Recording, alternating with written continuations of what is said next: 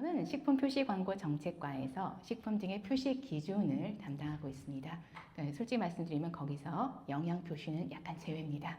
영양 표시는 아마 선생님들 업체 계신 분들이시니까 많이 아시겠지만 영양 표시가 굉장히 좀 전문적인 분야예요. 그러다 보니까 제가 이제 그런 전문적인 분야를 담당하시는 담당 선생님들이 따로 계시고 저는 이제 그 부분을 좀 제외하고 식품 등의 표시 기준을 담당하고 있습니다.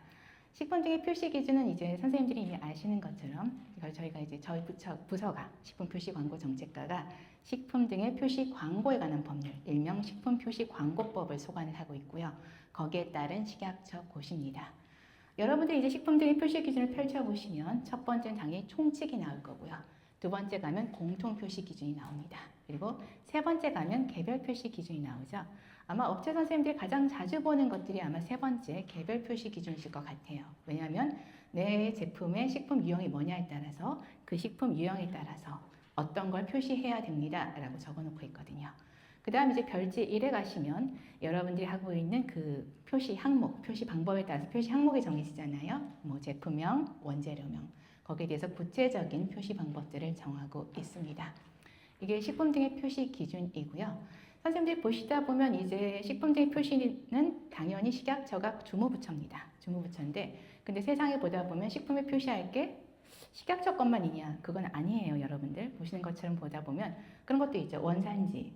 수입식품이라고 한다면 대외무역법일 거고요. 여러분들이 국내식품이라고 할 거라면 원산지 표시에 관한 법률, 아마 소관부처가 농식품부랑 해수부로 되어 있을 거고요. 그 다음에 아는 식품, 여러분들 식품이 주류라고 한다면 절주에 관한 문제는 복지부죠. 그 다음에 이제 청소년에 관한 문제라고 한다면 여가부 쪽이 들어갈 거고요. 그러다 보니까 국조실에서 저희 8개 부처를 불렀습니다. 표시가 굉장히 자주 바뀌면 표정지를 굉장히 많이 교체해야 되는데 그러면 영업자들한테 너무 부담이 되지 않을까요? 그러다 보니까 2017년에 국조실에서 저한테 불렀고요. 그러다 보니까 그때 결정한 거는 그러면 좀 즉시 도입하는 거 뭐 그런 것들은 상관이 좀 없고 약간 규제 강화 쪽에 들어가는 것들. 규제 강화라고 하는 건 표시 의무 신설이에요, 여러분들. 그렇죠? 표시 의무 신설과 관련된 것들은 포장지도 좀 교체해야 되니까 유예 기간을 충분히 둬야 하고 부처 간이 좀 그래도 좀 통일되게 정합시다. 그래서 법적 효력은 없지만 그래도 국조실에서 대책으로 결국은 이제 그 표시 의무 신설과 같은 표시 강화 문제에 관해서는 대부분 짝수년도 1월 1일부터 시행하도록 하고 있습니다. 그러다 보니까 여러분들이 가끔 이제 그 식품 등의 표시 기준 관련해 가지고 부칙을 보실 때 여러분들 부칙 반드시 보셔야 돼요. 시행일이 나오고 거기에 이제 또 뭐 이게 적용력 레알 같은 것이 나오잖아요. 시행일을 보실 때 여러분들이 보셨을 때 뭐 좀 지금 당장 이미 적용되어서 이미 만연되어 있는 것들이라던가 뭐 이제 완화 쪽에 가까운 것들은 아마 이제 고시 당일 즉시 시행을 할 겁니다. 그런데 이제 아무래도 그래도 이제 좀 규제 신설 쪽에 가까운 거, 표시 의무 신설에 가까운 것들은 짝수년도를 지키고 있을 거예요. 물론 이제 여러분들이 보시면 표시 의무 신설이 굉장히 시급한 경우들이 각 부처마다 나타날 때가 있어요. 그러다 보니까 그 부처들도 어쩔 수 없이 짝수년도 1월 1일을 지키고 싶긴 하지만 급하면 어쩔 수 없이 홀수년도에 아니면 즉시 시행 들어가기도 합니다. 그렇기 때문에 여러분들 이제 가급적 시행일도 반드시 보시면 좋겠습니다. 원래 지금 식품 등의 표시 기준과 관련해 가지고 저희가 대면 설명회를 매년 열었고 근데 이제 요게 조금 이제 그게 약간 좀 잘 안 된 게 코로나가 있었죠, 여러분들. 그리고 난 다음에 이제 비대면 시대가 온 거죠. 다 인터넷 강의 시대. 그러다 보니까 이제 아무래도 이렇게 대면 설명회가 이제 줄어들었어요. 그래도 이제 저희가 이제 표시 기준 등의 식품 등의 표시 기준 가지고서 이제 매년 설명회를 했었는데 어느 순간 갑자기 이제 소비 기한이 등장합니다. 여러분이 아시는 것처럼 식품 등의 표시 기준에 굉장히 중요한 항목들이 꽤 많이 있는데 그 중에서 가장 큰 걸 차지하는 게 당연히 날짜 표시예요. 날짜 표시인 거고 날짜 표시 중에서 근데 왜 식품 등의 표시 기준 설명할 때 소비 기한이 전면에 들어왔느냐? 왜냐하면 날짜 표시가 바뀌었기 때문이죠. 즉 정확하게 말해서 소비 기한이 도입됐기 때문에 지금 22년부터 이제 매년 하고 있는 식품 등의 표시 기준 관련 설명회에서 전면에 소비 기한이 들어가고 있습니다. 그래서 지금 생각은 이제 내년부터는 좀 뒤에 넣어서 해도 되지 않을까 이렇게 그렇게 생각을 하고 있고요. 어쨌든 올해까지는 소비 기한을 전면에 내세워서 식품 등의 표시 기준 설명회를 하고 있습니다. 안전한 식품. 지금까지 말씀드렸던 거는 이제 식품 등의 표시 기준에 대한 대략적인 개요고요. 일단 여러분들 식품 등의 표시 기준에 들어있는 날짜 표시를 보면 크게 세 가지예요. 제조 연월일, 품질 유지 기한, 그리고 소비 기한입니다. 제조 연월일은 아시는 것처럼 제조한 날짜예요.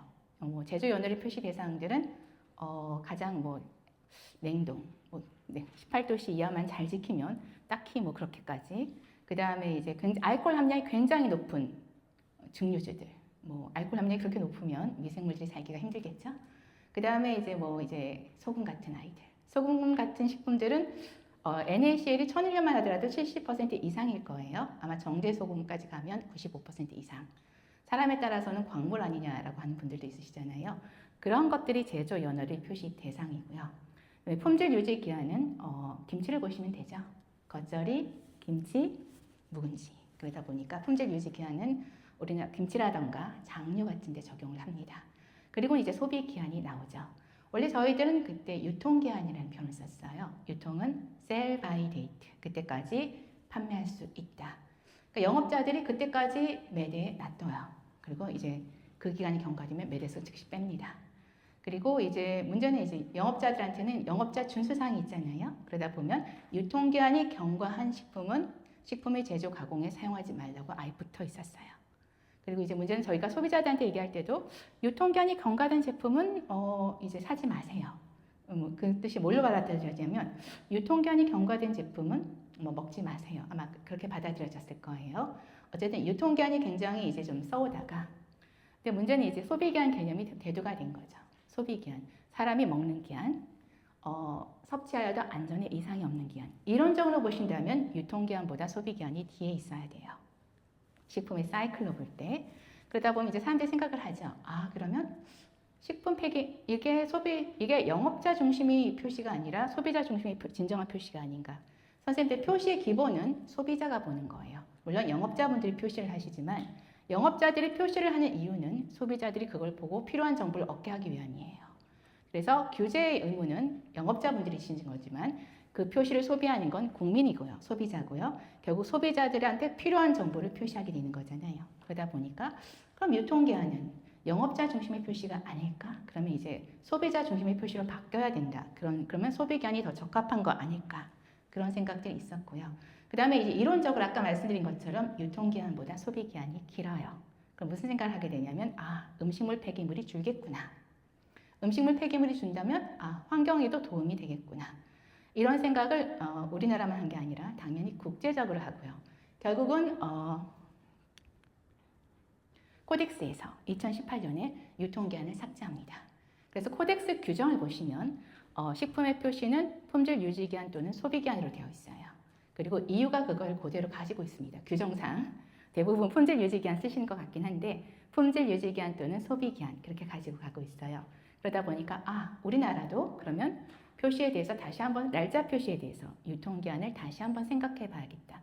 선생님들 표시라고 하는 것은 국제 조화도 굉장히 중요합니다. 왜냐하면 굉장히 단가가 별로 큰 제품은 아니지만 국제적으로 유통된 제품이잖아요. 식품도. 그러다 보니까 국제 조화도 저희가 굉장히 많이 생각을 해요.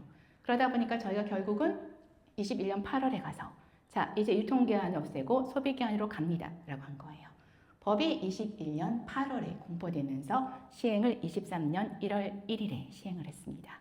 2017년에 저희가 약속을 했는데 홀수년도에 시행하는 걸로 돼버렸네요. 어쨌든 간에 선생님들 이제 법이 바뀌었으면 그 다음 들어가는 거는 당연히 제도적 기반을 바꿔야 됩니다. 일단 규정을 바꿔야 되는 거죠. 그러다 보니까 시행령과 시행규칙도 거기에 맞춰서 바뀝니다. 22년 6월에 바뀌었어요. 그 다음 이제 거기에 따라서 식품 등의 표시 기준도 당연히 바뀌어야 되고 소비기한 설정 기준도 당연히 바뀌어야 돼요. 그건 22년 3월에 바뀌었습니다. 그래서 이런 제도적 정비가 22년 상반기에 끝나고 선생님들 지금 소비기한의 정의를 다시 보시면 식품 등에 표시된 보관 방법을 준수할 경우 섭취하여도 안전에 이상이 없는 기한. 여기서 중요한 건 뭐냐면요. 보관 방법을 준수할 경우예요.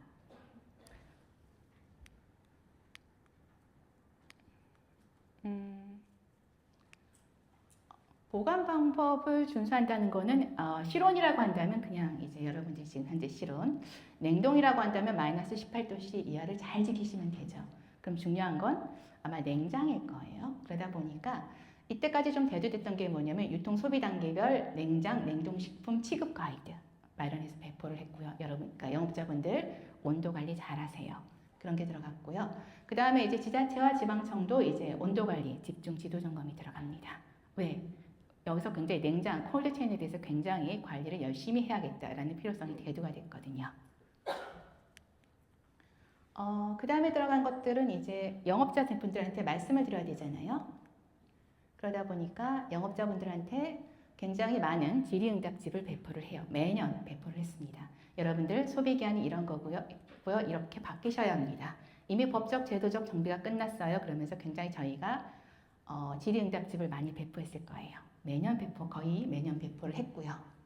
그 다음에 이제 당연히 이제 영업자 중심으로 이제 그 설명회를 하고 이제 간담회도 하고 이런 식으로 여러분들 이제 유통기한이 없습니다. 굉장히 많은 영업자 대상 교육 홍보도 하고요. 그 다음 또 중요한 거는 당연히 소비자 대상으로도 교육 홍보를 합니다. 소비자 여러분 이제 유통기한은 없습니다. 이제 다 소비기한이에요. 그렇게 해서 23년 1월 1일이 되었는데 23년 1월 1일이 되기 전에 저희가 봤을 때 안 될 것 같아요. 그러다 보니까 저희가 일단 유예기간을 줍니다. 물론 선적용을 하고 유예기간이 들어갔어요. 그래서 본격 시행이 들어간 건 24년 1월 1일이에요. 그래서 여러분들 지금 봤을 때 저희가 이렇게 열심히 하고 난 다음에 그래서 23년 1월 1일 법적으로 시행이 되고 난 다음에 저희가 계속 이제 유예기간 동안 열심히 아까도 말씀드린 것처럼 설명회도 하고 가이드라인 질의응답집도 배포를 하고 선생님들, 그러니까 영업자분들, 그다음 소비자분들 이제 유통기한은 없습니다. 열심히 홍보를 했어요. 교육 홍보를 하고 그리고 난 다음에 23년 7월 하반기에 가서는 저희가 실태조사를 합니다. 이때 실태조사의 목적은 포장지 교체율이에요. 포장지에서 유통기한을 얼마나 바꿨는가. 이제 포장지에서 유통기한을 완전히 없애버리겠다인 겁니다. 선생님들 이게 용어가 바뀐 거기도 하고요. 어떻게 보면 이제 날짜 표시를 하는 방법도 바뀐 거고요. 그렇죠? 어떻게 보면 날짜 표시에 대한 개념을 바꾼 거예요. 이렇게 개념을 바꾸기 위해서 가장 중요한 건 당연히 프레임을 바꾸는 겁니다. 이 단어가 굉장히 큰 힘을 발휘하거든요.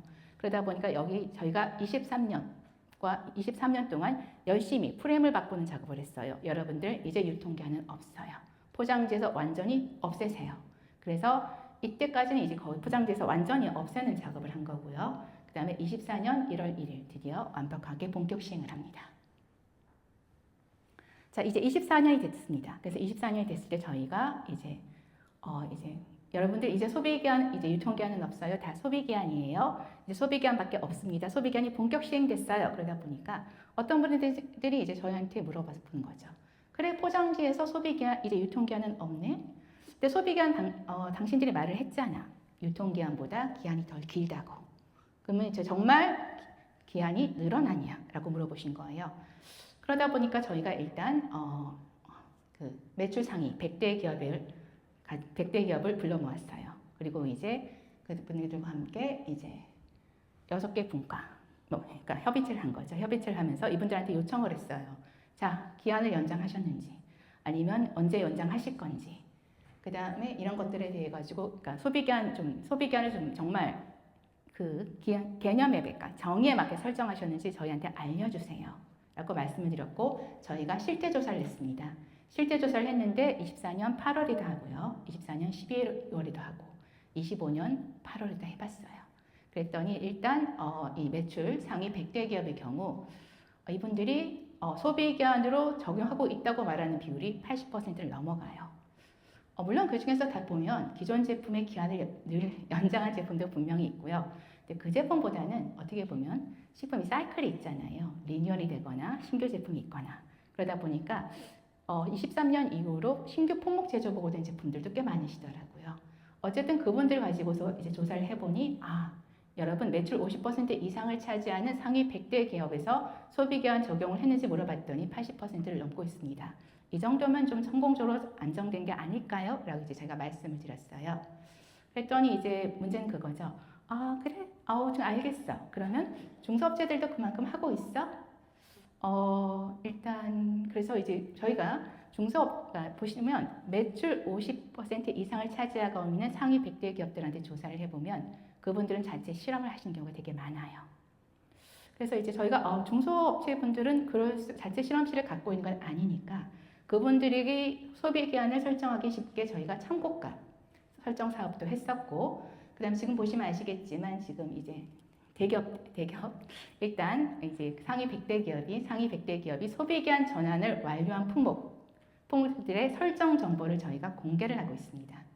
24년에 공개를 시작을 했고요. 요거는 지금 현재 여러분들 식품안전나라 홈페이지에서 아마 영업자 페이지를 보시면 영업자 페이지를 들어가시면 확인하실 수가 있어요.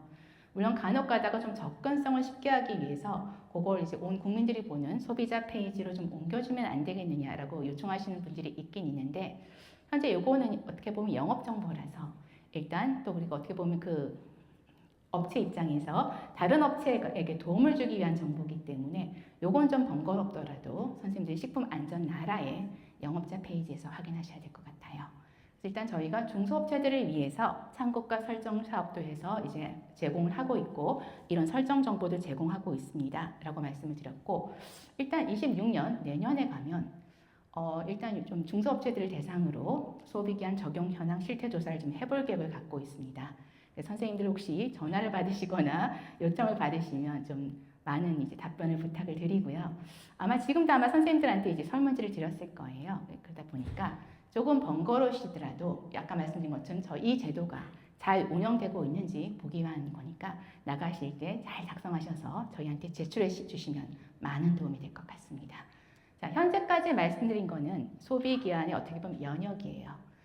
굳이 이걸 말씀드린 이유는 이제 여러분들이 이미 소비기한이 23년 1월 1일에 시행을 했고 24년 1월 1일에 본격 시행을 했으며 이미 2년이 경과되고 있어서 여러분들이 너무 많이 잘 아시고 아마 지금 잘 하고 계실 거라고 생각을 하기 때문이에요. 그래서 결국은 이 제도가 어떤 의미로 시작이 됐고 어떻게 전환이 잘 됐고 그래서 굉장히 지금 업체분들한테도 잘 적용이 되고 있다. 그런 내용들을 여러분한테 같이 알려드리기 위해서 연역 부분에 대해서 좀 더 중점적으로 말씀을 드렸고요. 아까 말씀드린 것처럼 이제 제도가 어떻게 보면 대전환을 거쳐서 지금 안착해가는 단계라고 저희는 생각을 하기 때문에 아마 내년도 이제 설명회는 소비기한을 이제 식품쟁이 표시 기준 안에 넣어서 설명회를 진행하지 않을까 합니다.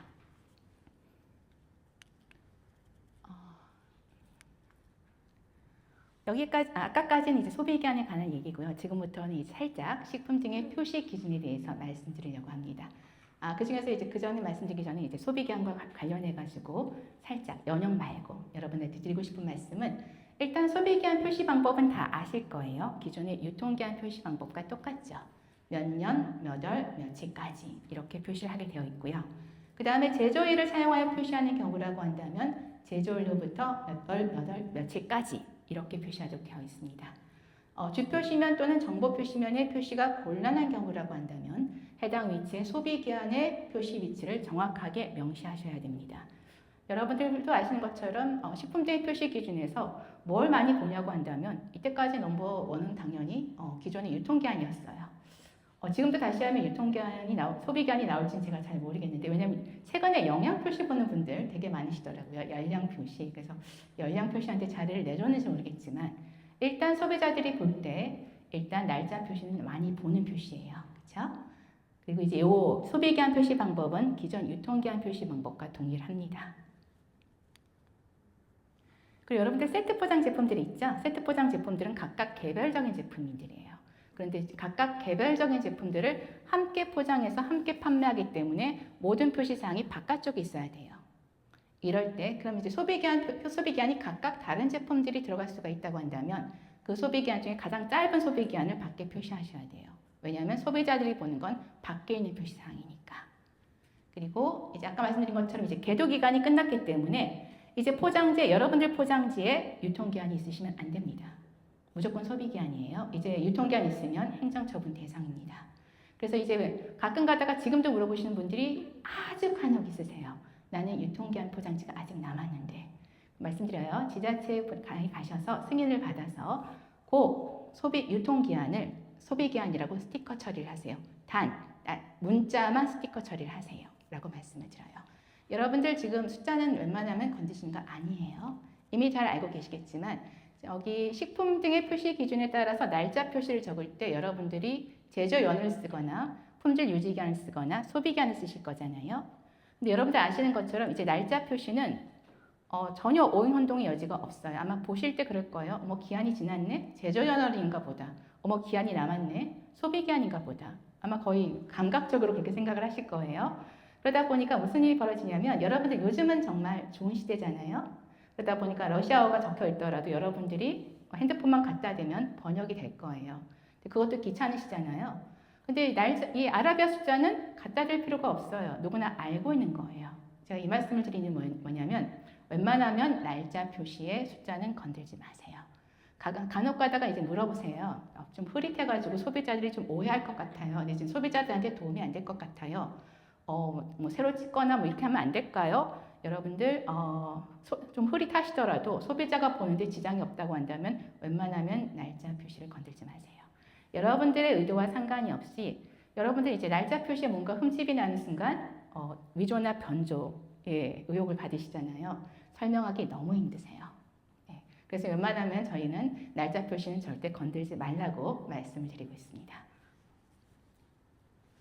그 다음에 이제 소비기한 표시 대상이 아니라고 한다면 표시할 필요가 없죠. 아까 말씀드린 것처럼 제조연월일, 아니면 이제 자연산물 같은 경우는 소비기한 표시 대상이 아니에요. 안 하셔도 전혀 상관이 없는데 영업자분들이 나는 꼭 하고 싶어 하신다면 하셔도 됩니다.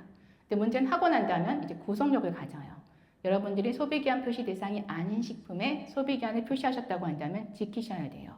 만약 그 소비기한이 경과하면 당연히 행정처분 대상이 됩니다.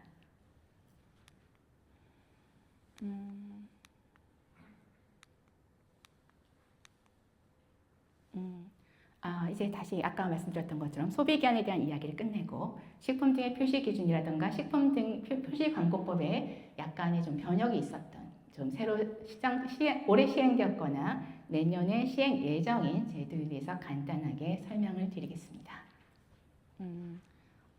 아까도 말씀드렸던 것처럼 식품 등의 표시 기준은 웬만하면 그러니까 짝수년도 1월 1일 표시 규제 신설의 경우 짝수년도 1월 1일을 맞춥니다. 근데 최근에 홀수년도인 25년 1월 1일에 시행된 제도가 있습니다. 식품의 내용량 변경 사실 표시. 너무 어려운데 정확히 말씀드리면 슈링크플레이션이에요. 이게 그때 너무너무 문제가 되다 보니까 일단 이제 여러 가지 얘기가 들어가죠. 슈링크플레이션이 가격은 그대로 두고 내용량이 감소되는 경우입니다. 이 경우에 대해 가지고 이게 뭐 사람들 따라서 이게 자본주의 시대다 보니까 어쩔 수 없는 거 아니냐라고 하지만 이게 소비자 기만이 아니냐. 소비자 기만의 의도가 없었다. 그러다 보니까 그러면 소비자한테 알려라. 이렇게까지 온 거죠. 그러다 보니까 25년 1월 1일부터는 저희가 내용량 변경 사실을 표시하도록 하고 있습니다. 내용량 주변에요. 이게 보통은 지금 민원이 들어올 수도 있겠지만 보통은 이제 소비자원 공정위 밑에 있는 소비자원에서 모니터링을 하고요. 뭔가 위반 우려가 있는 제품을 만일 발견했다 그런다고 한다면 식약처를 통해서 아마 지자체로 갑니다. 그래서 이제 지자체 선생님들이 확인을 하시고 정말 위반 우려가 있다고 한다면 행정처분하세요. 그러니까 최근에 있었기 때문에 선생님들 어쨌든 다른 것들은 짝수년도에 시행했는데 이 슈링크플레이션 표시는 25년 1월 1일부터 시행해서 지금 진행 중입니다. 그래서 이런 사실이 발생하셨다면 표시를 하셔야 돼요. 최근에 가장 히트인 트렌드, 무당과 무가당입니다. 무당과 무가당이 굉장히 많은 히트를 치다 보니까 일단 저희는 이제 이 무당과 무가당이 굉장히 히트를 쳤다는 걸 어디서 느끼냐면 굉장히 표시 의무를 신설해달라는 요구가 굉장히 많아요. 그래서 그 일환으로 지금 26년 1월 1일에 시행되는 것들이 있고요. 근데 지금도 굉장히 이거 표시해달라 저거 표시해달라는 요청이 굉장히 많이 들어오고 있습니다. 물론 저희가 검토를 해서 필요하다고 한다면 또 다른 의무가 신설되긴 하겠지만 일단 26년 1월 1일에 신설된 거는 감미료 함유와 열량입니다. 이 표시 자체는 이제 무당과 무가당이 굉장히 히트를 치다 보면 일단 이제 문제는 그거죠. 설탕을 빼버립니다. 영업자분들이. 그러면 이제 감미료를 많이 쓰세요. 그러다 보니까 무당과 무가당이지만 감미료가 들어있다고 한다면 그 강조 표시 주변에 감미료 함유라고 커다랗게 써야 될 것 같다. 그런 요구가 있기 때문에 강조 표시 주위에 감미료를 써라 이렇게 된 거고요.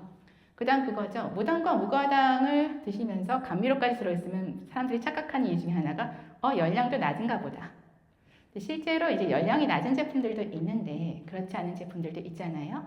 그러다 보니까 그렇지 않은 제품들이라고 한다면 열량도 쓰세요. 이런 지금 표시 의무가 신설이 됐습니다. 26년 1월 1일부터 시행합니다. 그 다음 두 번째는 영아 또는 유아를 섭취 대상으로 하는 식품 표시 명확화는 여러분들 이미 어쩌면 제품을 가지고 있으실 거예요. 저희는 식품 유형이 다 정해져 있죠. 근데 앞부분에 가면 영유아용으로 표시해서 판매하는 식품들은 기준 규격을 더 강화해서 적용하는 그런 기준이 있습니다. 그래서 선생님들이 내가 뭐 빵류, 과자류긴 하지만 영유아용을 섭취 대상으로 해서 표시해서 판매하는 식품이라서 그걸 명확하게 표시하시고 그다음에 이제 그 영유아 그 뭐 캐릭터라든가 그림도 쓰고 계신다고 한다면 그 공통 기준 규격도 지키셔야 돼요. 그리고 또 이제 지금 말씀드린 건 뭐냐면 그렇다고 한다면 그 제품에는 영유아용 식품이라고 명확하게 써라 이겁니다. 이게 26년 1월 1일부터 시행합니다.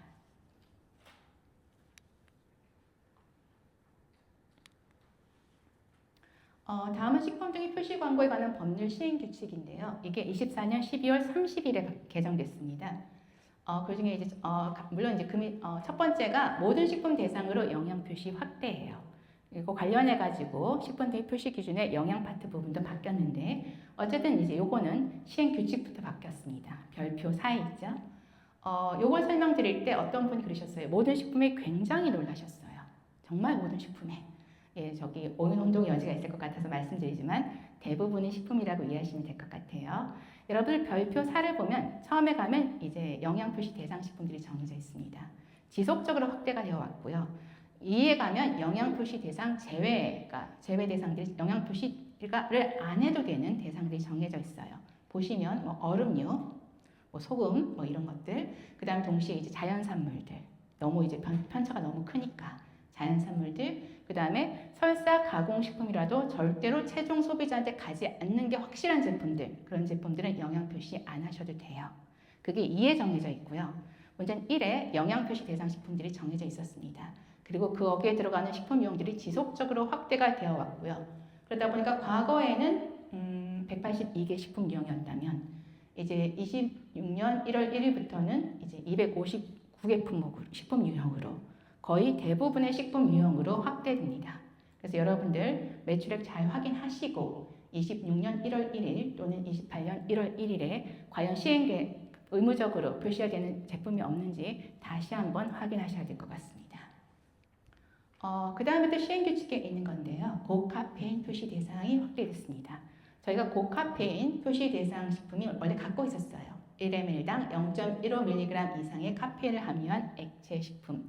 대부분의 경우는 이제 고카페인 식품이라고 한다면 여러분도 뭐 특정 제품을 거론하고 싶진 않지만 어쨌든 에너지 음료, 원래 이제 커피가 있었고요. 이제 에너지 음료가 등장을 했던 거죠. 근데 이제 어느 순간 고체 식품이 등장을 합니다.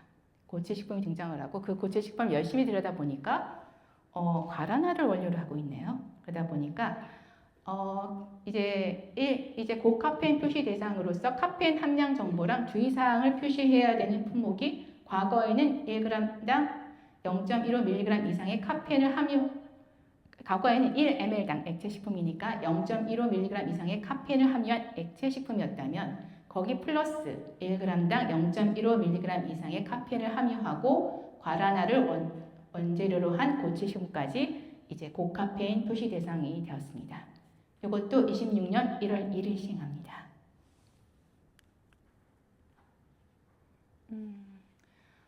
요것도 약간 이제 당 알코올류인데요. 이 당 알코올류도 여러분들 감미료예요. 감미료인데 여기 이제 원래 주의 문구를 표시하게 되어 있죠. 과량 섭취 시 설사를 유발합니다. 주의하십시오. 이게 이제 경고 문구가 원래 이제 표시하도록 되어 있습니다. 요걸 보다 보니까 이제 사람들이 그러는 거죠. 얼마나? 주원료인 경우에 근데 얼마나? 그러니까 정확한 퍼센테이지를 물어본 분들이 많으세요. 그러다 보니까 저희가 퍼센테이지를 넣었습니다. 10% 이상. 당알코올류 당 알코올을 10% 이상 함유한 제품은 당 알코올 옆에 괄호하고 당 알코올의 종류와 함량을 전부 쓰세요. 이렇게 들어갔고요. 물론 이제 그 경고 문구 과량 섭취 시 설사를 유발합니다. 주의하십시오. 요건 이제 기존에 있던 거니까 계속 표시하셔야 됩니다. 요 규정도 26년 1월 1일에 시행됩니다.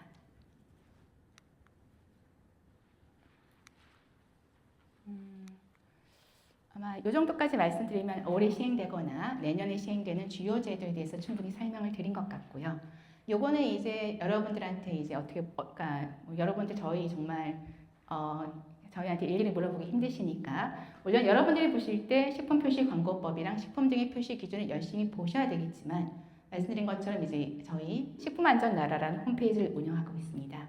식품안전나라 홈페이지를 가시면 이제 탭이 나오잖아요. 가장 끝에 보시면 이렇게 알림, 교육이 있어요.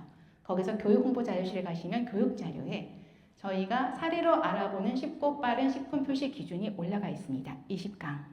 필요한 부분을 아마 클릭하셔서 보시면 도움이 되실 것 같아요. 그리고 저희 식품 안전 나라에 기본적으로 이제 식품 안전 쪽 맨 앞에 있는 탭을 클릭을 하시면 거기에 일단 이제 식품 표시 관련 내용들이 그러니까 식품 표시 광고 쪽에 식품 표시 관련 내용들이 다 들어가 있습니다. 그중에서 선생님들이 많이 보시는 게 식품 표시 FAQ, 그러니까 FAQ를 보시고 그다음에 약간 시뮬레이션 할 수 있는 식품 표시봇 그런 것도 많이 이용하시는 것 같고요. 그다음에 거기에 이제 아까 말씀드린 것처럼 이제 소비 기한도 있습니다. 자, 이상으로 소비 기한 등 식품 표시 기준 관련 강의를 마치도록 하겠습니다. 좀 경청해 주셔서 감사드리고요.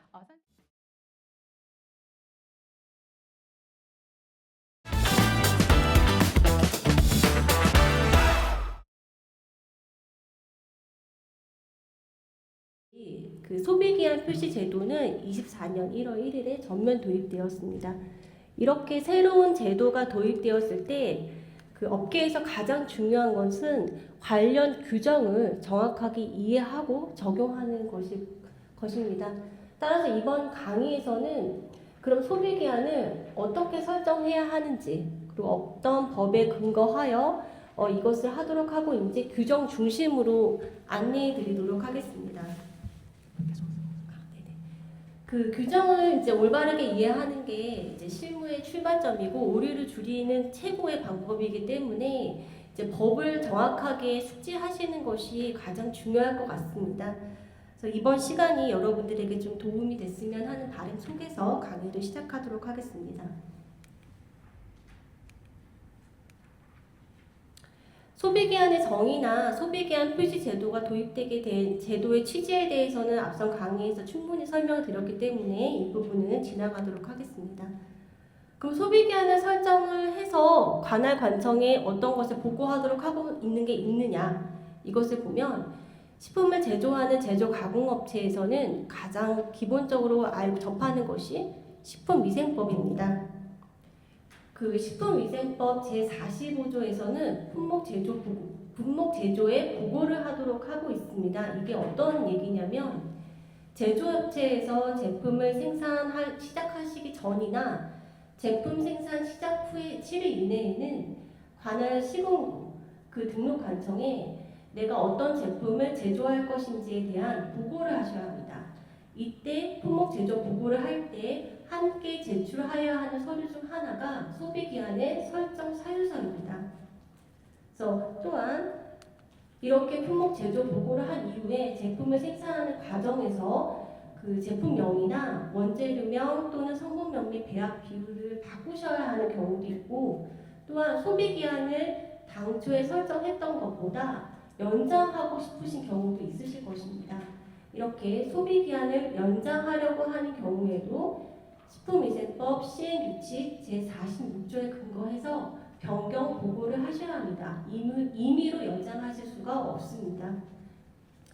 그런데 내가 수출용 식품을 하려고 하는데 소비기한을 다소 늘려서 수출을 하고 싶다. 이런 경우에도 변경 보고를 해야 하느냐 하면 수출용 식품 같은 경우는 국내 기준 규격을 적용하는 것이 아니라 수출 국가의 기준 규격을 적용할 수 있도록 정하고 있기 때문에 그 경우에는 이 변경 보고를 하지 않을 수 있습니다.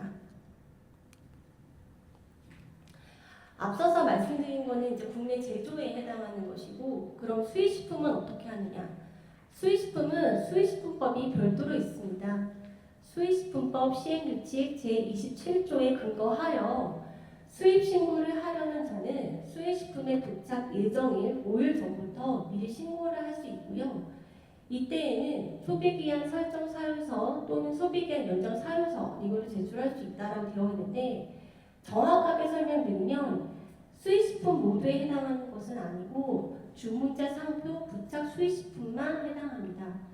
즉 수입식품 같은 경우는 국외에서 유통되는 식품을 스티커로 한글 표시사항 스티커를 붙여서 들어오시는 경우들이 있잖아요. 그런 경우에는 원래 수입식품의 중요한 표시사항을 임의로 변경하실 수가 없습니다. 그렇기 때문에 내가 수입식품의 소비기한을 임의로 변경하실 수가 없고, 다만 주문자 상표 부착 방식은 내가 어떤 제품으로 만들어 달라고 해서 그 제품을 제조해서 들어오는 거기 때문에 그 경우에만 소비기한 설정 사유서 또는 연장 사유서를 제출하셔야 합니다.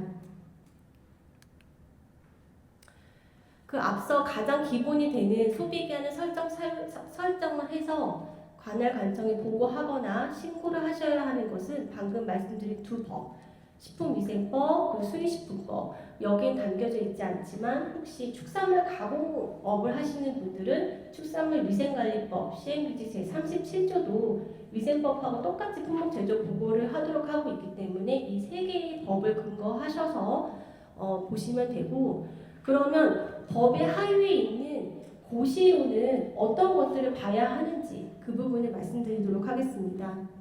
일단 첫 번째, 식품의 기준 및 규격을 보셔야 합니다. 식품의 기준 및 규격은 제조업 하시는 분들은 모두 아실 거예요. 가장 중요한 곳이죠. 식품의 기준 및 규격은 총 제9장으로 구성되어 있습니다. 제9장으로 구성되어 있는 것 중에서 제2장 식품 일반에 대한 공통 기준 및 규격 안에 소비기한의 설정에 관한 규정이 일부 담겨져 있습니다. 소비기한의 설정에 관한 규정 안에는 소비기한을 설정하여야 하는 영업자의 범위와 첫 포인트를 어디를 잡고 그 기간을 정하여야 하는지 그 산출 시점, 그리고 세트 포장이나 그 단순 절단, 단순 결착 이렇게 원료의 저장성에 변하지 않는 처리만을 하는 제품에 대한 소비기한은 어떻게 정하여야 하는지 그 규정을 식품의 기준 및 규격에서 정하고 있습니다. 또 두 번째, 소비기한에 관한 고시는 식품 등의 소비기한 설정 기준입니다. 이것도 식품의 기준 및 규격과 동일한 고시인데, 앞서 식품의 기준 및 규격에 있는 규정들은 준수하지 않았을 때 위반으로 처분을 받으실 수 있는 그러한 규정인 거고, 이 식품 등의 소비기한 설정 기준 고시안에 담겨져 있는 규정들은 그런 사항들보다는 이 소비기한을 설정할 때 어떤 방법으로 하여야 이게 과학적인 것을 담보하는지 그런 부분들에 중점을 두고 정해져 있는 고시입니다. 근데 설정 기준은 고시이기 때문에 세세한 내용들을 모두 담을 수는 없습니다. 왜냐하면 소비기한 같은 경우는 제품마다 굉장히 다양한 베리에이션을 갖기 때문에 구체적인 내용은 저희가 가이드라인을 제정하여 운영하고 있습니다. 그래서 구체적으로 실험을 하실 때 내가 어떻게 실험을 해야 하는지 모르겠다. 그러실 경우에는 식품 등의 소비기한 설정 실험 가이드라인을 참고하시면 됩니다. 이 가이드라인에서는 앞선 이 설정 기준 고시에서 정하고 있는 지표, 저장 조건, 실험 결과 보고서를 어떻게 작성해야 하는지 이런 기본적인 요소가 잘 이해될 수 있도록 구체적인 방법들을 제공하고 있습니다. 그러면 앞서 말씀드린 소비기한 설정 기준 고시에는 어떤 내용들을 담고 있는지 좀 세부적으로 말씀드리도록 하겠습니다. 그 소비기한 설정 기준의 그 구성은 총칙과 그 일반 원칙은 어떤 영업자가 소비기한을 설정하여야 하는지 이런 부분들을 담고 있는 것이고, 제3장 소비기한 설정 실험은 실험에 포커스를 하여 이 실험이라는 것은 계획 없이 무작위로 이루어지면 그것은 신뢰성을 담보할 수 없기 때문에 실험 계획을 수립하여 어떤 지표로 그리고 어떤 조건에서 실험을 하고 결과 보고서를 어떤 내용으로 작성하여야 하는지, 그래서 그 내용이 모두 담겨져야지만 이것은 행정관청에서 과학적으로 또 신뢰할 수 있게 작성되었다라고 인정한다라는 기본적인 내용들을 담고 있는 것입니다. 제3장이 그 설정 실험에 포커싱된 규정이라면 제4장은 소비기한 설정 실험을 생략하고 소비기한을 설정할 수 있는 그러한 경우에 대한 내용입니다. 그 첫 번째는 권장 소비기한을 이용하는 경우고, 두 번째는 좀 당연한 얘기겠지만 소비기한 표시 대상이 아닌 식품들이 있다라고 앞선 강의에서 말씀드렸죠. 그 소비기한 표시 대상이 아닌 식품들은 설정 실험을 하지 않을 수 있다. 그리고 세 번째는 내 제품과 가장 유사한 제품의 소비기한을 찾아서 그 제품의 소비기한 내에서 그 자사 제품의 소비기한을 정할 수 있다. 이런 세 가지의 경우에는 실험을 하지 않고 소비기한을 설정한다 하더라도 법적으로 인정한다라는 예외 조항입니다. 소비기한의 설정 주체는 영업자분입니다. 소비기한이라는 것은 제품의 그 식품의 품질과 변질 이런 것을 담보하는 것이기 때문에 그 소비기한을 설정하고 그것에 책임을 지는 부분은 영업자분입니다. 따라서 간혹 그 관할관청에 소비기한을 일괄로 좀 제시를 해주면 너무 편하겠다라는 민원을 하시는 경우도 있어요. 근데 이거는 굉장한 규제겠죠. 내가 1개월만 팔고 싶으신 분도 있고, 뭐 3개월이 소비기한이지만 뭐 이 회전율 이런 것들을 감안해서 더 짧게 하거나 아니면 더 늘리고 싶은 분들, 이게 다 천차만별이기 때문에 관할관청에서 소비기한을 일률로 제시하는 나라는 전 세계 어디에도 없습니다. 그렇기 때문에 소비기한은 영업자분들이 책임지고 설정하여야 한다. 이게 대전제고요. 그러면 소비기한을 설정하는 것이 식품위생법과 축산물위생관리법에 따른 모든 영업자냐? 그것은 아닙니다. 근데 제조가공업, 직판, 제조가공업, 축산물, 식육 직판, 그리고 식육 포장 처리업, 그 다음에 식용란까지 요 제조에 관련한 모든 영업자는 해당이 된다라고 생각을 하시면 될 것 같고요.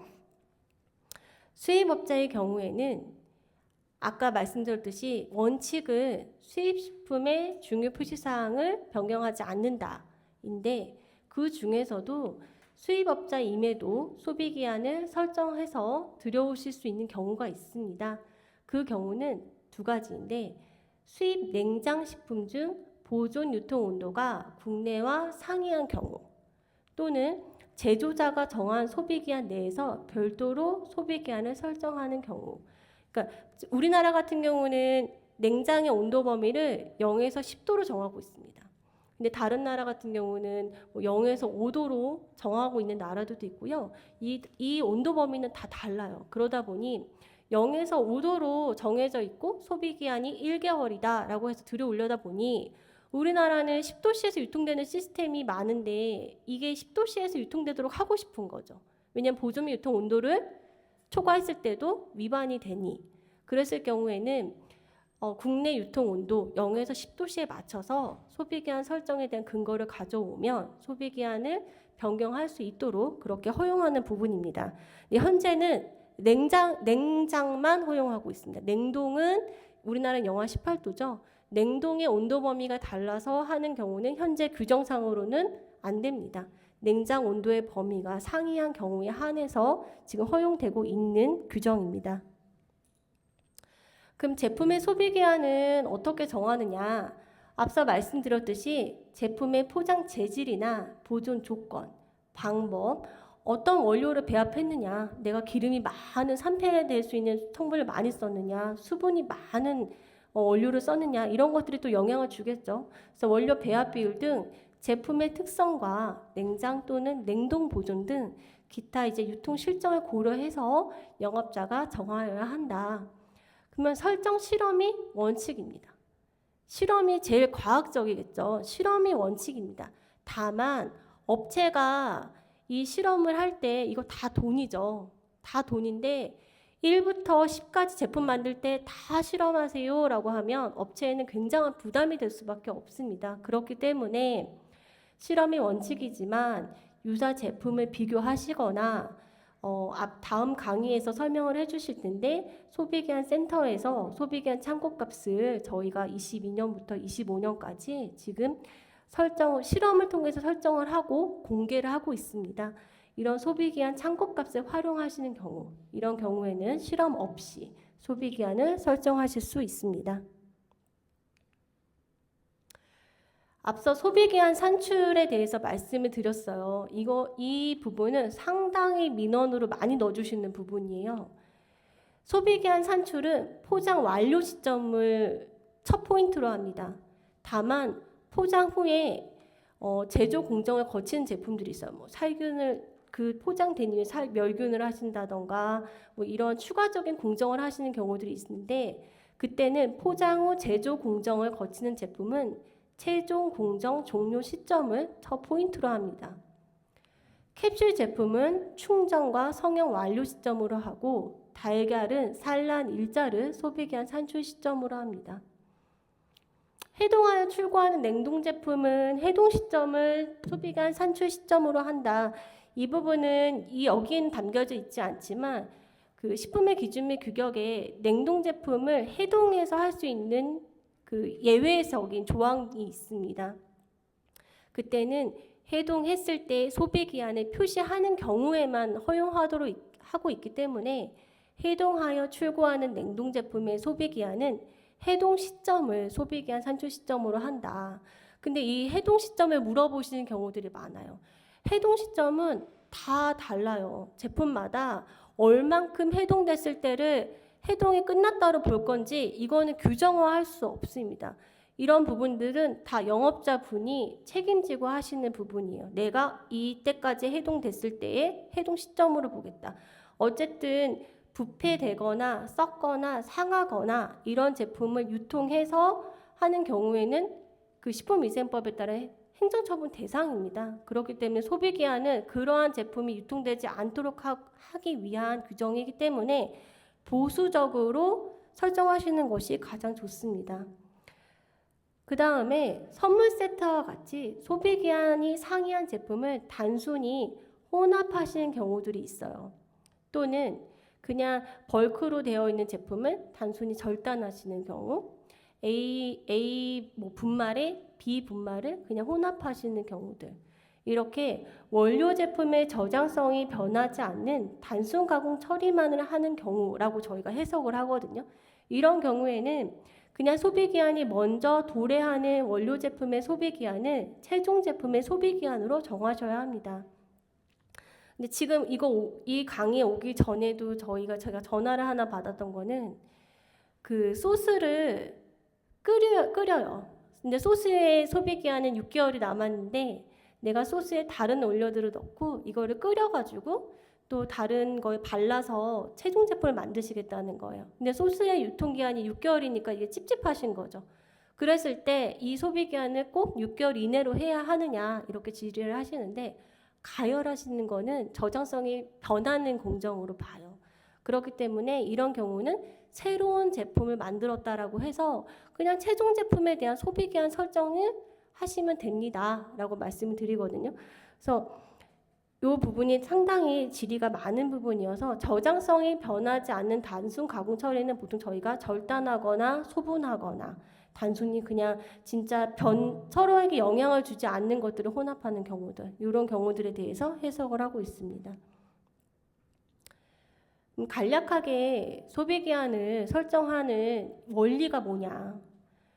식품은 시간에 따라 변할 수밖에 없죠. 식품은 시간에 따라서 상하거나 부패하거나 변질될 수밖에 없습니다. 영원히 가는 식품들은 없죠. 그러면 식품을 그 시간에 따라서 얘의 품질과 안전이 어떻게 변하는지 보는 것이 소비기한 설정 실험의 기본적인 원리입니다.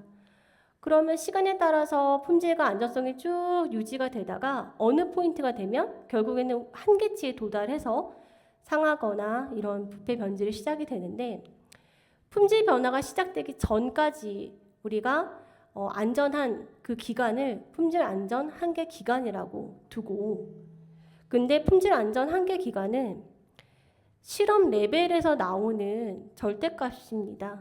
그러니까 현실을 반영한 값은 아니라는 거죠. 그렇기 때문에 재현성과 그 신뢰성을 그 현실의 유통 과정에서는 담보할 수 없기 때문에 일정 안전 마진을 두고 설정하는 것이 유통기한 또는 소비기한입니다.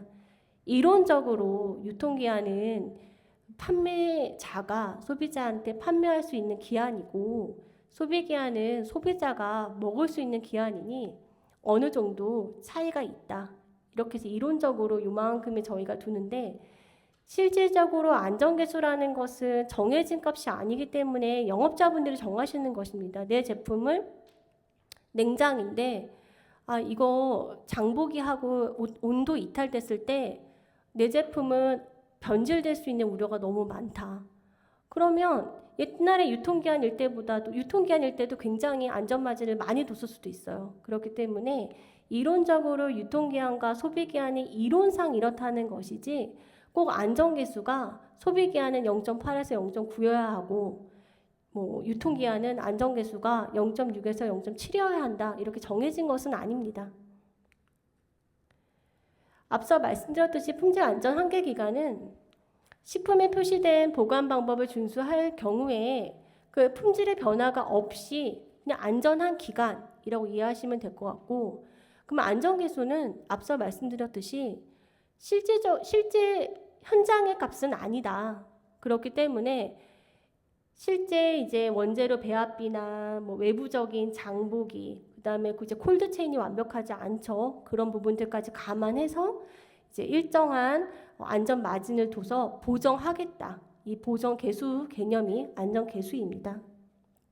다음 강의에서 실험을 할 때 어떻게 해야 되는지에 대해서는 더 전문가이신 저희 소비기한 센터장님이 설명을 해주실 거기 때문에 저는 이제 간략하게 규정에서 꼭 들어가야 하는 요소를 뭐를 정하고 있는지만 말씀을 드릴게요.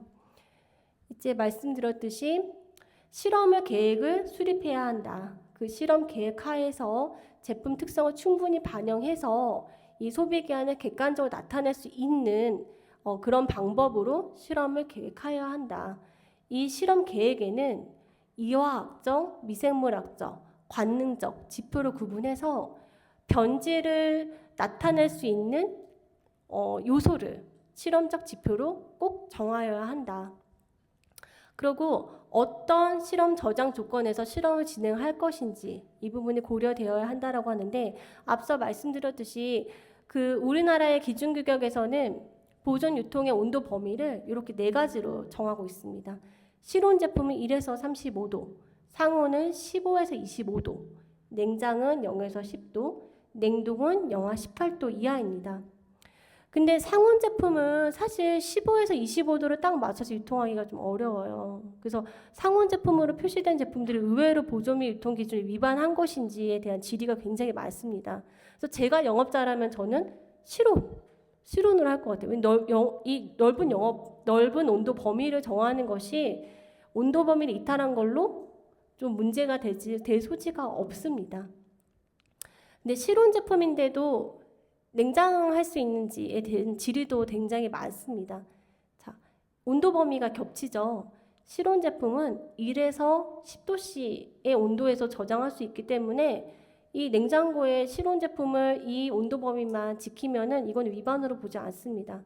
그래서 온도 범위를 요 4가지로 두고 있지만 교육에서 말씀드리는 것은 상온은 공무원이 봤을 때 현실적으로 적절하지는 않다. 실험실 레벨에서 보통 상온을 쓰기 때문에 상온의 온도 범위를 정하고 있는 거거든요. 이런 부분들을 좀 감안하시면 될 것 같고, 그래서 어떤 실험 방법을 통해서 수행할 건지, 그리고 이러한 내용들을 실험 결과 보고서에 작성할 때는 실험 결과 보고서의 결과의 요약, 그리고 제품의 특성이 어떻게 되는지, 어떤 방법을 해서 어떤 결과가 나왔는지, 그래서 소비기한은 뭐 며칠 또는 몇 개월로 정했는지 이런 부분들을 작성하도록 하고 있습니다. 안전기수라는 것은 안전마진이라고 말씀드렸죠. 내부적으로는 뭐 수분 활성도가 얼마나 높냐, 보존료를 함유한 제품이냐, 뭐 살균이나 멸균 처리를 했으면 미생물 증식이 없기 때문에 이런 부분들이 이제 제품 이 안전기술 값을 결정하는 요소가 될 거고, 외부적인 요인으로는 포장 재질이나 보관 온도가 어떻게 되느냐, 소비자가 장보기를 할 때 온도 이탈이 많이 됐을 때 이 영향을 많이 받을 수 있는 제품이냐, 이런 것들을 고려해서 안전계수를 영업자분이 정하도록 하고 있습니다. 이 부분은 아까 계속 영업자분이 정하도록 하라고 하면 도대체 어떤 상황일 때 얼마를 차감해야 되는지에 대한 그 감이 없으시잖아요. 그렇기 때문에 지금 이 부분 슬라이드는 소비기한에 영향을 미치는 요인별로 안전계수 값을 얼마큼 보정해야 하는지를 저희가 제시하고 있는 값들입니다. 그래서 앞으로 소비기한을 설정하실 때 안전계수 값을 보정을 해야 될 때 내 제품이 어디에 해당하는지를 보셔가지고 그 값만큼을 1에서 빼셔서 보정하시면 됩니다.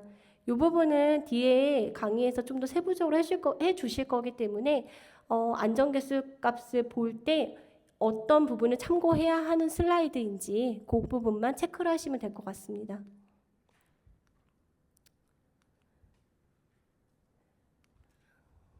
이 부분은 있고, 그럼 소비기한 설정 실험을 생략을 하는 경우들이 많죠. 최소한 500 이상 드는 것들이기 때문에 소비기한을 설정하고 그 설정 실험을 생략하시고자 하는 영업자분들이 많이 계세요. 그럼 첫 번째, 권장 소비기한 이내로 소비기한을 설정하는 경우, 2년 전까지는 권장 유통기한이라는 개념이 있었어요. 그래서 권장 유통기한이라는 개념이 있고, 그 별표 3과 별표 4로 권장 유통기한을 일률적으로 좀 값을 제시하고 있었습니다. 근데 이 부분이 지금은 별표로는 삭제가 됐고, 저희가 권장 소비기한이라는 것을 설정하는 것 대신에 요 네 번째 조항이 객관적으로 좀 공신력 있는 보고서나 이런 것들을 인용하는 경우에 저희가 소비기한을 실험 없이 설정할 수 있도록 정하고 있는데, 이거를 영업자분이 학술지, 뭐 보고서 이런 거 찾아서 하시기 어려우시잖아요. 그래서 이거에 근거하여 저희가 제공하는 것이 소비기한 참고값입니다. 그래서 권장 소비기한 개념처럼 영업자분들이 활용하실 수 있는 것이 소비기한 참고값이고, 소비기한 참고값은 지금 이 부분 저희가 식품안전 누리집하고 한국식품산업협회 누리집에 공개하고 있습니다. 올해 12월까지 200개 식품 유형의 2,000개 품목에 대해서 지금 전부 공개를 하려고 하고 있고, 지금 현재는 179개 유형의 1,450개 품목에 대해서 공개하고 있습니다. 그래서 이렇게 식품군, 내 제품이 어느 군에 해당하는지, 보존 유통 온도, 유탕 유처리 여부 이런 것들을 이제 체크를 하시고 검색을 하시면 쫙 소비기한 참고값이 설정되어 있는 품목들이 짜르륵 나오고, 어떻게 설정되어 있는지 보고서도 다 활용하실 수 있습니다. 이런 값들을 좀 활용하셔가지고 좀 부담 없이 소비기한을 설정하시면 도움이 될 것 같습니다. 그럼 영업자분들이 많이 질의하시는 것 중에서 꼭 좀 설명을 드렸으면 하는 부분들 몇 가지 좀 말씀드리겠습니다. 식품 접객업소의 조리식품에도 소비기한을 설정해야 하는지 질의하시는 분들이 있습니다. 조리식품은 소비기한 설정 대상 아닙니다. 아까 소비기한 설정해야 하는 영업자가 법으로 정해져 있다라고 말씀을 드렸죠. 그렇기 때문에 접객업소의 조리식품은 소비기한 설정 대상이 아닙니다. 근데 접객업소에서 가공식품 포장 상태 그대로, 보존 유통 온도 그대로 그냥 팔기만 하시는 경우 있잖아요. 그런 경우는 조리식품으로 보지 않습니다. 그때는 그 제품에 표시되어 있는 소비기한 이내에서 판매하셔야 합니다. 또 농림수산물 등 자연산물도 소비기한 설정해야 하느냐? 자연산물은 영업 범위 아니죠. 자연산물을 판매하실 때는 영업 득하지 않으실 수 있습니다. 그렇기 때문에 자연산물은 소비기한 설정 대상이 아닙니다.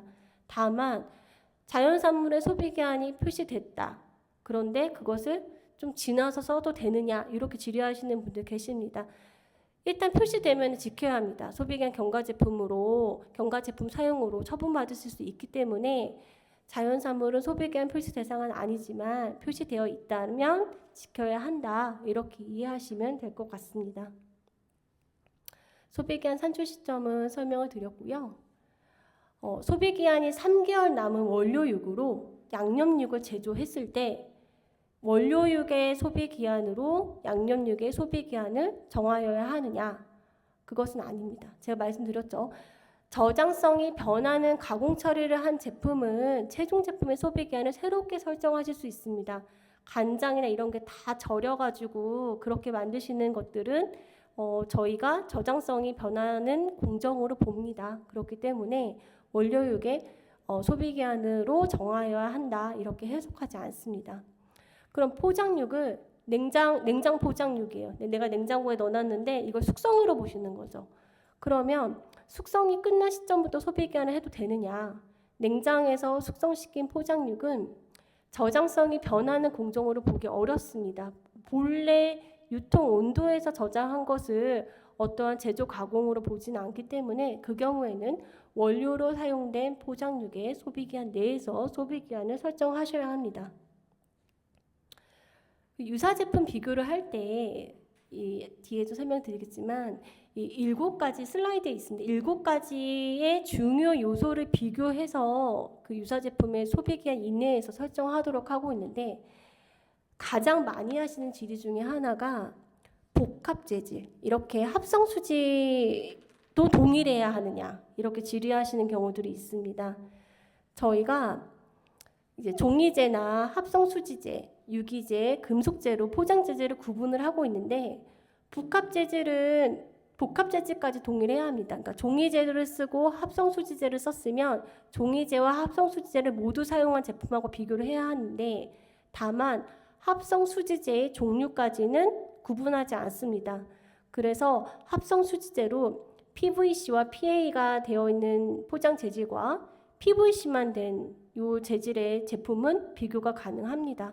그래서 합성 수지재의 종류는 구분하지 않는다. 그래서 그거는 PE가 됐든 뭐 PVC가 됐든 비교 가능하다라고 말씀드립니다. 이 부분은 있고요. 그 OEM 제품을 유사 제품 비교하실 때 유사 제품을 선정하실 때 하나만 좀 기억을 하시면 될 것 같습니다. OEM 제품의 소비기한 설정을 위한 유사 제품을 비교할 때는 모든 제품을 다 비교하실 수 있는 건 아니에요. 동일 제조국의 OEM 수입식품 타사도 됩니다. 대신에 동일 제조국의 OEM 수입식품과 비교하시거나 소비기한이 설정된 국내 제품과 비교하셔야 합니다. 일반적으로 한글 표시사항에 부착된 그런 수입식품 등은 저희가 유통 환경을 담보할 수 없고 나라마다 유통 환경이 상이하기 때문에 일반적인 수입식품을 비교 대상으로 인정하고 있지는 않습니다. 그래서 OEM 수입식품의 유사 제품 비교는 동일 제조국의 동일사 또는 타사의 OEM 제품이나 소비기한이 설정된 국내 제품을 비교하실 수 있습니다. 이런 부분들은 이제 보시면 될 것 같고 전화가 많이 돌려져서 애로사항을 많이 가지세요. 영업자분들이. 이제 식약처가 규제 기관의 역할을 하다 보니 다소 거리감도 느껴지는데 전화도 안 받아. 그러면 되게 화가 나서 하시는 경우들이 있어요. 그렇기 때문에 이제 코로나 이전에는 대면 교육이 많았는데 코로나 이후에는 이제 대면 교육이 적어지다 보니 이렇게 소통하실 수 있는 이런 자리도 적고, 그래서 사실은 이런 자리를 통해서 얼굴을 알면 전화 안 받아도 화가 좀 덜 나겠죠. 아, 바쁜가 보다. 좀 이해하실 수 있는 폭도 좀 생기고. 그래서 이런 강의 시간이 되게 좋은데 그 소비기한의 그 포인트는 같지만 업무는 좀 세분화되어 있습니다. 그래서 그런 부분들을 조금 슬라이드에 담았습니다. 식품 기준과에서는 소비기한을 어떻게 설정하여야 하는지 이 방법에 대한 것을 담당하는 부서입니다. 그래서 실험을 어떻게 해야 하는지 유사제품 비교를 하려는데 소비기한 참고값을 쓰고 싶은데 이거 어떻게 활용할 수 있는지 그리고 아까 말씀드렸듯이 유사제품 비교하고 싶은데 비교하는 이런 것들이 딱 맞아 떨어지는지 아까 합성수지제가 종류가 다를 때 해도 될지 이런 부분들이 좀 궁금하실 수 있다라고 말씀드렸잖아요. 이런 것들이 알고 싶으실 때에는 저희 식품기준과로 연락을 해주시면 되고요. 그러면 식품안전정책과에는 소비기한 연장하시거나 소비기한 설정할 때 품목 제조 보고할 때 내야 되는 서류라고 말씀드렸잖아요. 품목 제조 보고 시 필요 서류로서 어떤 요건을 가져야 하는지 그리고 소비기한을 변조하거나 그 품목 제조 보고한 기한보다 초과했을 때 어떤 처분을 받을 수 있는지 이런 행정처분에 관한 사항, 그러니까 위생법에 관련한 사항은 식품안전정책과에서 답변이 가능하고 표시광고 정책과에서는 제품에 어떻게 표시해야 하는지 이런 부분들을 관장하고 있습니다. 근데 요즘에 그런 제품들이 있어요. 냉장 1개월, 냉장 10일, 냉동 3개월 이렇게 같이 표시하고 싶다 이런 분들 계세요. 안 됩니다. 품목 제조 보고 할 때 그 소비기한 설정 사유도 제출한다라고 말씀드렸잖아요. 근데 냉장일 때 소비기한과 냉동일 때 소비기한 다를 수 있어요. 근데 이게 하나의 제품에 이걸 2개 다 하시면 보존 및 유통 기준을 뭘 준수해서 해야 되는지 알 수가 없기 때문에 그렇게 병행 표기는 안 됩니다. 그래서 그런 사항들도 좀 질의를 많이 하시더라고요. 이런 표시사항 가능 여부 이런 거는 표시광고 정책과고 그 OEM 수입식품 말씀드렸죠. 수입식품 신고할 때 어떻게 좀 제출해야 하는지 이런 수입과 관련된 부분들은 수입검사관리과에서 담당을 하고 있습니다. 지금까지 좀 그 관련한 부서까지 좀 안내를 드렸고요. 그 다음 강의에서는 이러한 법적 근거를 기반하여 소비기한 설정 실험을 정말로 어떻게 실제적으로 하고 있는지 이런 좀 과학적인 부분들을 좀 안내를 해주실 거기 때문에 이 강의에 좀 근거해서 들으시면 더 도움이 되실 것 같습니다. 감사합니다.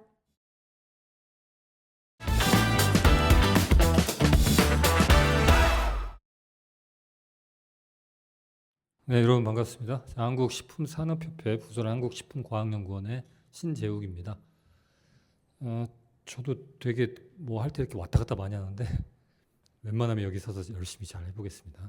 제가 오늘 말씀드릴 건 이 좀 전에 이제 말씀하셨던 소비기한 참고값 이게 과연 어떻게 설정이 되고 또 이 설정된 참고값을 어떻게 찾아서 활용을 하실지 그런 내용에 대해서 좀 말씀을 드리려고 합니다. 앞서서 이제 설명 많이 들으셨겠지만은 1962년에 식품위생법이 처음에 공포가 되면서 그때부터 이제 날짜 표시제가 시작이 됐어요. 처음에는 이제 제조일자 표시로 했던 것부터 계속 발전을 하면서 유통기한 자율화가 됐던 게 나중에 이제 폐지가 되면서 나중에 유통기한을 표시를 하다가 이제 2021년에 표시광고법이 개정이 되면서 소비기한을 표시를 하게 됐습니다. 그리고 이제 2023년에 이제 본격적으로 우유를 제외하고 모두 시작이 됐습니다. 소비기한, 유통기한 여러분들 굉장히 많이 아시겠지만은 아주 간략하게 말씀드리면 유통기한은 판매 가능한 기한을 알려주는 영업자 중심의 제도고요. 소비기한은 언제까지 섭취가 가능한지를 알려주는 소비자 중심의 제도라고 이렇게 간략하게 말씀을 드릴 수 있고요. 아까 이제 말씀하셨지만 유통기한, 소비기한을 과학적으로 또는 실험적으로 나누는 가장 간단한 방법은 이 안전계수를 어떻게 적용하느냐의 차이가 조금 있습니다. 이런 내용들 이따가 쭉 설명을 좀 드릴게요. 자, 이제 표시는 그 식품에 대해서 1차 표시하는 방법은 소비기한 표시하는 게 있고요. 제조일자 표시하는 게 있고 품질 유지기한을 표시하는 게 있습니다. 기본적으로 소비기한을 모두 표시를 해야 되죠. 근데 그 외에 이제 설탕이나 빙과 식염 이런 것처럼 부패나 변질이 거의 없는 애들, 이런 애들은 29개 유형 정도 되는데 제조 일자를 표시하게끔 되어 있고요. 나머지 이제 장기 보존 식품이나 유형에 따라서 잼류나 당류, 기타 이런 약 38개 정도 되는 유형은 소비기한 또는 품질 유지기한 둘 중에 하나를 선택해서 표시를 해야 됩니다. 자, 그 식품 첨가물, 축산물 또 건기식의 소비기한 설정 기준을 제가 살펴보면 일반 원칙에 보면 이제 과연 누가 소비기한을 설정을 해야 되냐? 이 수입하시는 분 빼놓고 거의 대부분 식품을 제조하시거나 소분하시는 분들이 해야 되는 일이에요. 그래서 설정을 해야 되는 거고 어떻게 설정을 해야 되냐? 사실은 그 식품이 갖고 있는 특성들 있죠. 외부적인 특성, 내부적인 특성들을 고려를 해서 또 더하기 어떻게 유통이 되는지 거기에 대한 것도 고려를 해서 설정을 해야 됩니다. 또 하나는 실제 유통 조건을 고려해서 안전성을 담보할 수 있도록 설정을 해야 돼요. 근데 모든 영업자들이 실험적으로 이걸 설정을 하기 힘들죠. 왜냐하면 비용이라든지 어떤 환경이라든지 그런 문제가 있죠. 그런 경우에는 소비기한이 가능한 설정이 가능한 다른 영업자, 그러니까 내가 아시는 다른 사장님께 부탁을 드리는 거예요. 영업하시는 분께 우리 소비기한, 우리 제품 소비기한 좀 설정해 주세요 하고 하는 거. 그리고 식품 관련 학과가 설치된 대학이라든지 대학의 연구소라든지 기타 식품 관련 연구소에 의뢰를 하는 경우가 있고, 또 한 가지는 이제 식품의약품 분야의 그 시험 검사 등에 관한 법률이라는 게 있습니다. 여기에서 말하는 자가품질 검사 기관이라든지 아니면 기타 뭐 식품 전문 검사 기관 이런 곳에 의뢰를 하는 경우가 있어요. 이때는 이제 OEM 제품의 경우에는 같은 법에서 이 제시를 하고 있는 국외 검사 기관도 가능합니다. 결국은 이렇게 실험을 통해서 소비 기한을 설정하는 게 바로 기본입니다.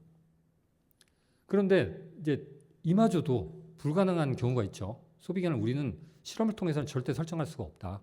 그런 경우에는 자, 식품의 경우는 이 네 가지예요.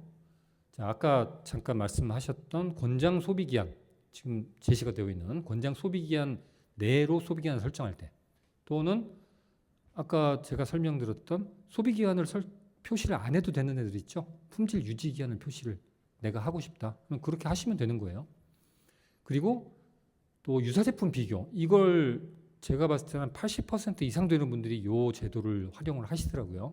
근데 유사제품 비교를 하실 때는 그 제품의 정보가 내가 찾은 제품하고 우리 제품하고 그 일치도가 굉장히 높아야 돼요. 제가 설명을 해놨는데 식품 유액이라든지 제품을 어떻게 보관하고 유통하는 온도들, 그리고 성상이라든지 포장 재질, 방법, 제조 공정 등등, 또 살균 또는 멸균 방법, 이런 것들이 다 똑같아야 유사제품 비교를 할 수 있는 겁니다. 그리고 네 번째로 여기 제가 써놓은 이제 관련된 학술지에 나온 논문들 활용을 하시든지 정부 출연기관의 연구 보고서, 그리고 한국식품산업협회 또는 동업자 조합에서 발간된 보고서를 인용한 경우, 이렇게 나누고 있습니다. 식품에서는 1, 2, 3, 4번 전부 다 해당이 되고, 이제 축산물이나 건기식 같은 경우에는 3번, 4번 해당이 되죠. 1번, 2번 없는 거니까요. 그래서 이제 저희 요 보고서를 만드는 일들을 했고요. 그래서 이런 보고서를 만들기 위해서 이런 소비기한 참고값을 만들기 위해서 2022년부터 올해까지 연구를 쭉 진행을 했습니다. 식약처에서 지원을 해줘가지고 연구를 진행을 했고, 저희는 이제 시료를 실제 시장에서 유통되는 시료들을 모두 수거를 하고 또는 이제 구매를 해가지고 이런 것들을 시료로 사용을 해서 실제 소비기한을 실측을 해서 또는 가속 실험, 일부 가속 실험을 해가지고 소비기한 참고값을 냈고요. 크게 이제 여러분들 혹시나 이제 실험하시는 분들 또 회사에서 활용을 하실 수도 있으니까 보면은 크게 세 가지로 나뉠 수가 있어요. 대상을 가지고, 시료를 가지고. 근데 이때 이제 시료라고 하는 것은 여러분들이 생산 제품인데 이걸 생산하자마자 완제품 상태에서 바로 시작을 하셔야 돼요. 바로 공장에서 나오자마자 그걸 가지고 실험을 하시되, 제일 먼저 하셔야 될 게 지표하고 한계 기준을 설정하는 게 있고요. 그 다음에 그걸 가지고 실험을 진행을 해야 되고, 그 다음에 자, 소비기한 참고값을 계산을 하시면 됩니다. 그때는 여러분들이 소비기한이겠죠.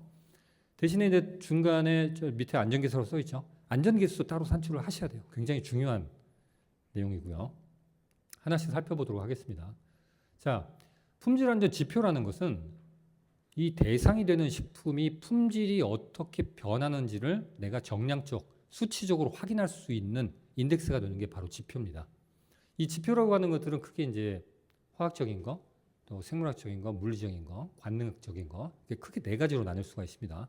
화학적인 건 뭐 수분이라든지 상가, pH 등등 굉장히 많이 있죠. 그리고 이제 생물학적인 건 거의 대부분 이제 미생물학적인 것들, 그리고 이제 물리적인 것들은 색도나 점도, 비중, 탁도 이런 것들이 있고요. 관능은 이제 우리가 흔히 하는 외관이라든지 이미, 이치, 또 조직감, 경도 등등 관능 쪽으로 우리가 알아볼 수 있는 거 있죠. 대신에 먹는 건 절대 안 합니다. 이 식품을 저희가 보관을 하면서 내부적으로 어떤 변화가 일어나서 안전성이 있는지 없는지 100% 확인할 수가 없잖아요. 그렇기 때문에 먹는 것을 제외하고 나머지 관능 평가를 하게 됩니다. 근데 이제 지표를 결정을 할 때는 이 네 가지 요소가 모두 들어갈 필요는 없어요. 이 관능적인 요소는 반드시 들어가되 요 것들 중에 화학적인 것, 물리적인 것, 생물학적인 것 중에 정말 우리 제품 또는 요 시료의 그 품질을 확인할 수 있는 어떠한 지표로 상관이 없습니다. 극단적으로 이 네 가지 요소가 전부 다 들어가는 것도 있고 또 어떤 경우에는 이 관능적인 요소만 들어가는 경우도 생겨요. 자, 그래서 지표를 설정을 합니다. 지표를 이제 이건 저희가 예시를 하나 잡아놓은 거예요. 식품의 종류에 따라서 이런 지표들이 있을 수 있습니다. 이건 예시이기 때문에 100% 여기에 꼭 부합하지는 않아요. 그리고 이제 원재료에 따라서도 원재료나 또는 제조 방법, 제품의 특성에 따라서도 지표는 조금 달라질 수가 있죠. 예를 들어서 우리가 제조하는 방법 등에 유탕을 해야 된다. 기름에 튀기는 거죠. 그러면 기름이 코팅이 되기 때문에 상가나 이런 것들은 반드시 해야 되겠죠.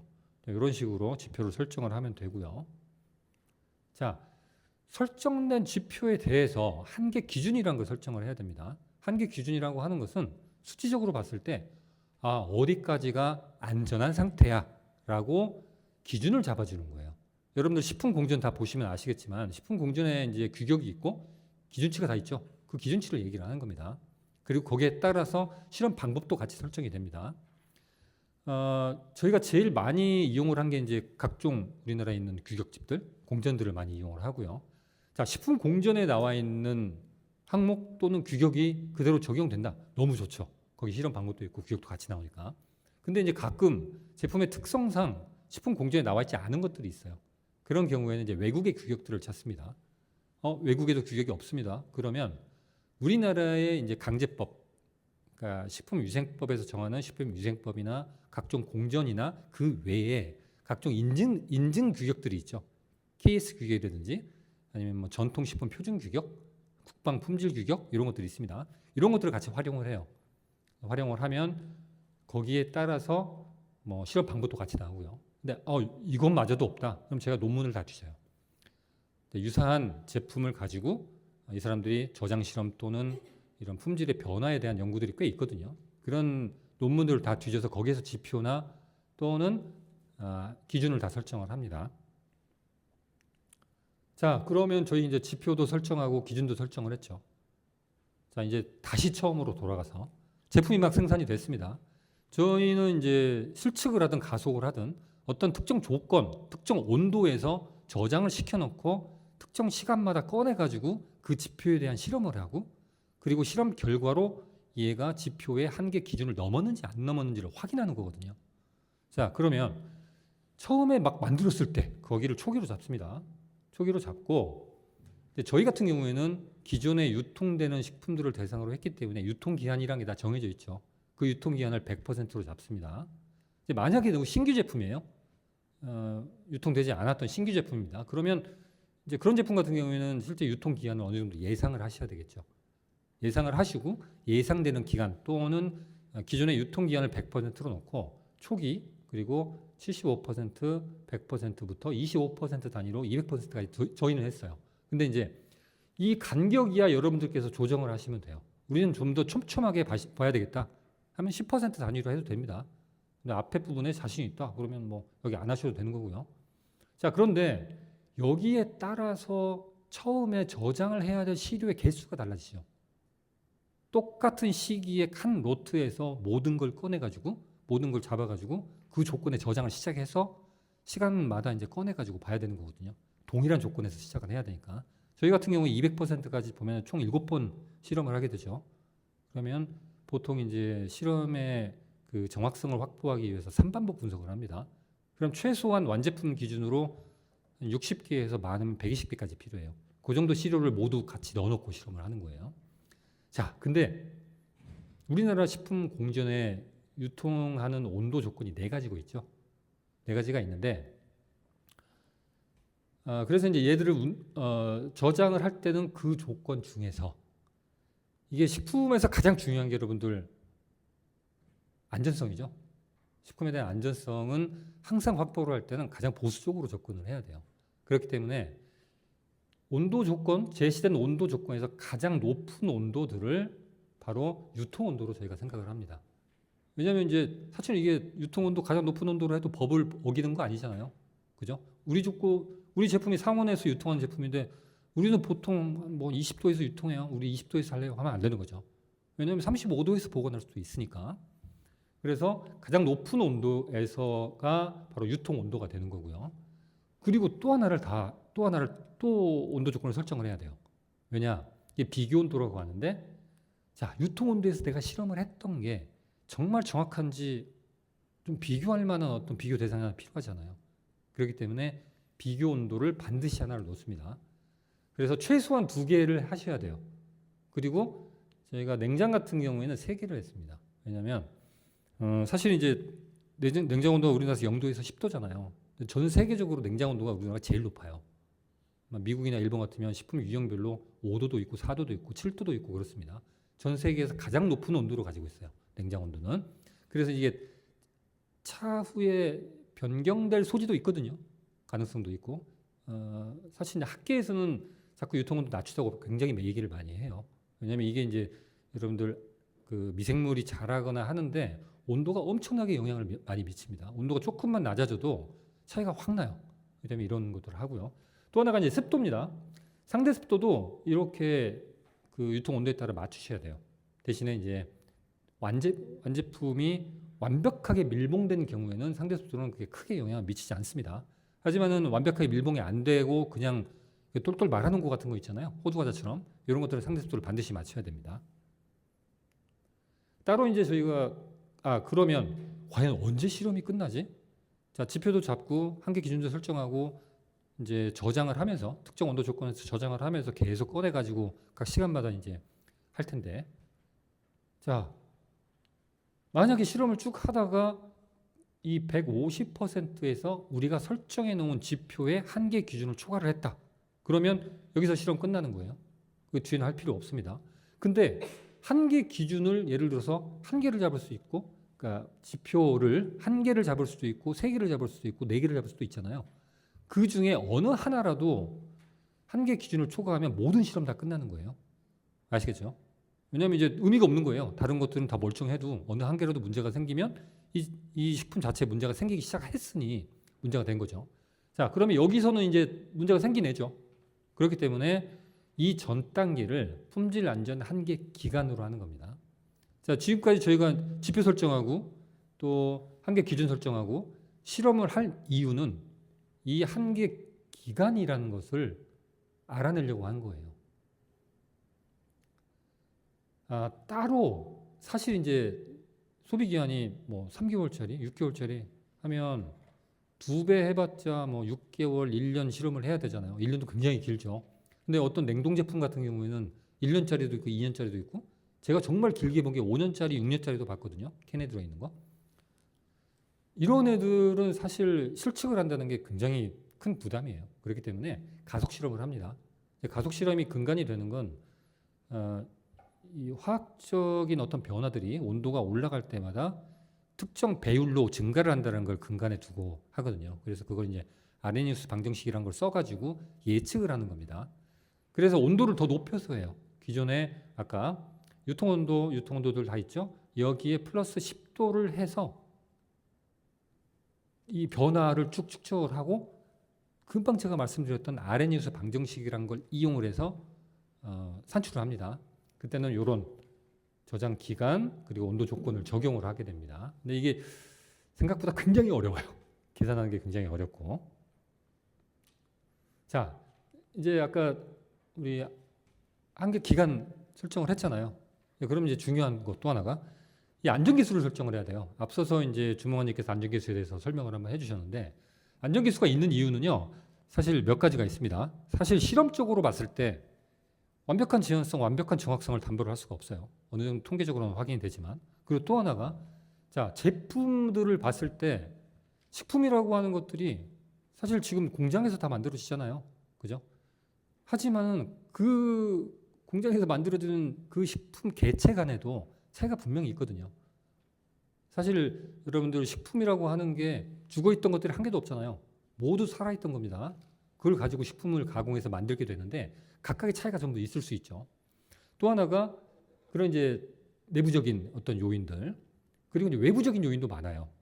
뒤에 설명을 가끔 하겠지만은 예를 들어서 장보기 문제라든지 유통 온도를 이탈하는 그런 조건들이 많죠. 특히 이제 우리나라 같은 경우에는 마트에서 장보고 이렇게 집에까지 가는 시간을 계산을 해보면 어떤 보고를 보면 한 30분 정도 평균적으로 걸린다고 하거든요. 근데 미국 같은 데는 1시간 넘게 걸리거든요. 근데 그런 지리적인 차이도 있을 수가 있고, 또는 이제 제가 항상 우스갯소리로 하는 말인데 굉장히 똑똑하신 분들은 마트에 가가지고 상온 실온 제품 먼저 사고 계산하기 전에 냉장이나 냉동 제품 사가지고 갖고 나온단 말이에요. 근데 집에 오셔가지고 짐 풀려고 봤는데 갑자기 친구분한테 전화가 와요. 한번 통화해서 한 30분, 40분 딱 지나면 금방 1시간 넘게 지나가죠. 자, 그런 요인들이 생길 수 있다는 거죠. 그런 요인들 또 여러 가지 요인들이 생기기 때문에 안전계수라는 게 반드시 필요한 거고요. 일반적으로 봤을 때 안전계수가 유통기한 때보다는 조금 더 길어요. 왜냐하면 제가 이 연구를 통해서 안전계수를 산출을 하는 게 어떻게 해야 과학적인지에 대해서 연구를 쭉 했습니다. 뒤에 좀 보여드릴 거고요. 자, 그래서 이렇게 내부적 요인, 외부적 요인으로 나뉩니다. 특히 원료에 따라서는 PHF라고 하는 게 Potentially Hazard Food라고 해서 잠재적으로 위험성이 좀 있는 식품들이 있어요. 그러니까 쉽게 상하는 애들, 육류나 생선이나 뭐 폐류나 이런 애들은 조금만 온도가 좀 이탈이 되면 쉽게 상하잖아요. 이런 원료를 갖고 있는지, 또 이 제품 자체의 pH는 미생물의 생장에 굉장히 큰 영향을 미치죠. 산성적으로 쭉 가거나 그러면 미생물이 잘 못 자라는데 중성부에 가면 미생물들이 굉장히 잘 자랍니다. 특히 병원성 미생물도 마찬가지고요.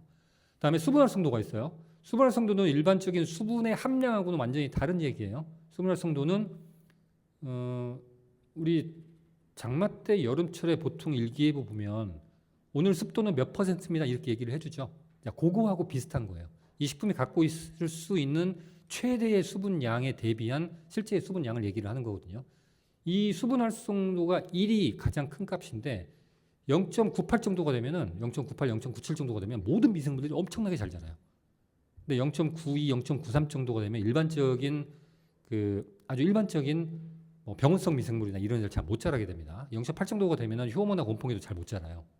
그러니까 이런 게 굉장히 중요하고요. 특히 보존료가 들어있다 또는 살균이나 멸균 처리했다 이런 거는 식품이 갖고 있는 내부적 요인으로서 안전계수를 높이는 역할들을 하는 거예요. 외부적인 요인으로 이제 포장 재질, 포장 방법 이것도 굉장히 중요하죠. 어떤 재질로 포장을 했느냐, 또 포장 방법을 어떻게 했느냐.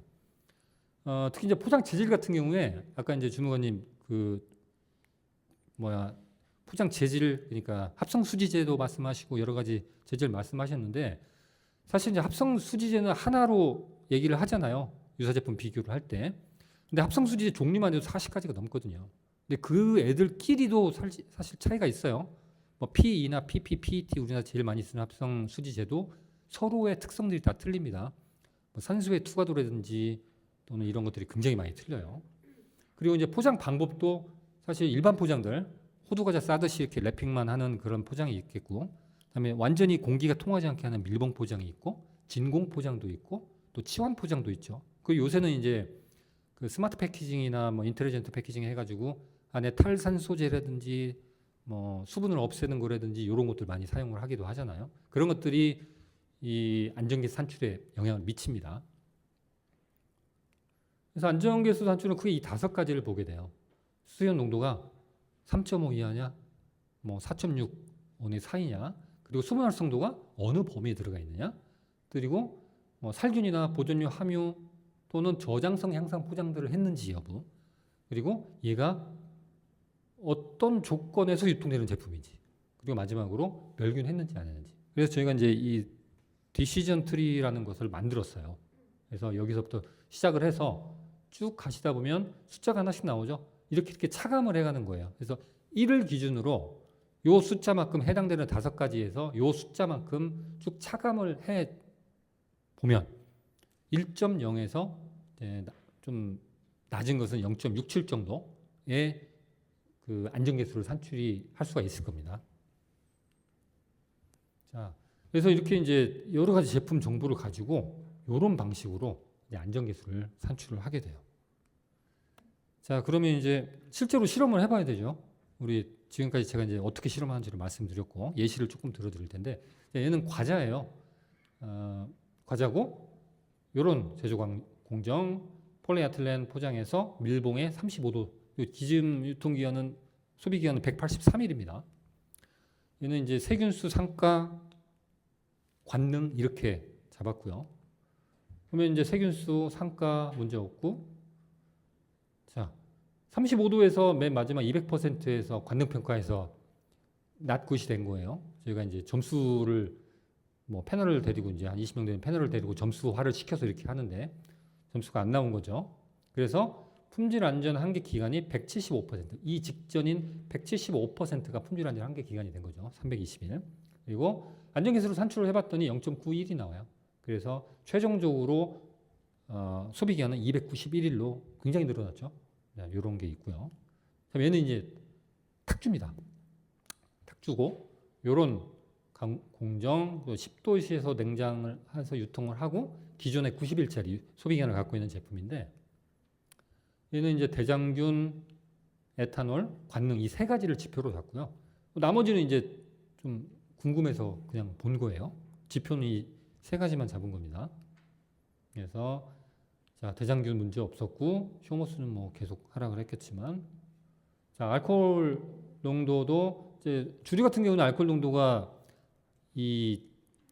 얘들이 표시한 농도에서 위아래 규격이 있거든요. 이 아래 규격에 들어가야 돼서 뭐 규격에 다 적합했죠. 그리고 관능도 200%까지 아무 문제가 없었습니다. 얘는 이제 200%까지 전부 간 거죠. 사실은 더 놔뒀으면은 더 갔을 수도 있어요. 그래서 산출한 안전계수는 0.89 해서 160일 해서 이 정도 산출이 됐고요. 자, 이렇게 저희가 보고서를 그러니까 소비기한을 산출을 하게 되면 이런 형식의 보고서들을 만듭니다. 이게 좀 작아서 안 보이시죠? 이건 형식의 쭉 보고서를 만드는데 저희가 얘를 이제 설정 보고서를 공개를 해요. 그래서 식품안전나라 홈페이지하고 저희 한국식품산업협회 홈페이지하고 이 두 군데다가 공개를 하고 있습니다. 식품안전나라 홈페이지에 들어가시면 이 설정 보고서가 아마 파일 두 개로 나뉘어가지고 올라가 있어요. 근데 이게 파일이 너무 커가지고 찾아보기가 좀 쉽지 않으실 거예요. 그리고 식품안전나라에 저희 이 협회의 저희 센터 홈페이지에 링크가 되어 있어요. 그걸 찾아가시면 되고 지금 이제 저희가 총 8번 게재를 했는데 지금 이제 6월 달에 제일 마지막에 게재를 했고 지금 당장에 이제 179개 유형 1450개 품목이 올라가 있습니다. 그리고 올해 12월 달에 연구가 다 끝나면 그때는 이제 200개 유형 2000개 품목에 대해서 완전히 다 공개를 할 거예요. 자, 이게 이제 저희 식품산업협회 홈페이지 처음에 딱 찾아서 들어가시면 요 화면이 뜰 거예요. 아니면 이제 여러분들 포털에 소비기한 참고값 치시면 나오는데 네이버에 치시면 잘 안 나와요. 구글에 치면 바로 나옵니다. 저희가 네이버에는 돈을 못 줘가지고 그렇게 됐습니다. 그래서 아무튼 요 이제 저희 협회 홈페이지에 가시면 여기 오른쪽에 소비기한 연구센터라고 배너가 있죠. 여기를 클릭해서 들어가시면 이런 화면이 떠요. 자, 여기서 이제 소비기한 참고값을 여러분들이 보실 수가 있는 거고 그냥 이 상태에서 보시면 여기에 1450개가 다 떠요. 줄줄줄 해서 페이지가 뭐 엄청나게 많이 나옵니다. 일일이 다 찾을 수 없잖아요. 그래서 저희가 검색을 할 수 있게끔 만들었어요. 여기 보면은 식품군, 식품유형, 또 성분이 뭔지, 포장 방법은 뭔지 등등의 여기 파란색으로 돼 있는 요 부분들에 대해서 여러분들이 찾을 수 있게 검색을 해서 찾을 수 있게 했고요. 이 식품유형하고 식품군은 자, 식품공전상에 나와 있는 그 명칭 그대로예요. 그 명칭으로 찾으시면 됩니다. 각가지 조건들 찾으시면 되고 포장 방법 이런 애들은요. 전부 다 다중 선택 가능해요. 2개 다 체크하셔도 되고 필요한 거 1개만 선택하셔도 됩니다. 쭉 찾으면 여기에 해당되는 애들만 뚝 하고 뜰 거예요. 자, 그러면 여러분들이 이제 검색을 해서 찾으셨어요. 여기 보기 있죠? 보기를 누르면 보고서가 뜹니다. 아까 조그맣게 여러분들 보여드렸던 보고서가 뜨는데 맨 앞장에 이제 커버가 있어요. 커버가 있고, 자, 여기에 이 번호는 식품 공전상에 식품 유형별로 우리 번호들 쭉 있죠. 1-1번에 과자미, 빵미, 떡류 이렇게 나와 있듯이 쭉 있습니다. 그 번호들을 저희가 해놨고요. 그 다음에 이 부분에 자, 기타 농산 가공품은 소비기한 설정을 위해서 우리가 품질 안전 한계를 어떻게 설정을 했고 그 기준은 뭐고 그 근거는 뭔지에 대해서 쭉 설명이 되어 있어요. 품질 안전 한계 이렇게, 실험 지표는 이렇게, 근거는 이렇게. 자, 그런데 모든 기타 농산 가공품이라고 해서 이걸 전부 다 사용하는 건 아닙니다. 제품의 특성에 맞춰서 이중에서 사용을 한 거예요. 그건 참고로 하시면 되고요. 뒷장에 넘어가시면 이 제품에 대한 설명이 나와요. 자, 저희가 이제 소비관 창복과는 아까 유통되는 제품들을 어떻게든 구해가지고 거기에 대해서 실험을 해서 나온 결과를 공개를 했다 그랬잖아요. 그 제품들에 대한 정보들이에요.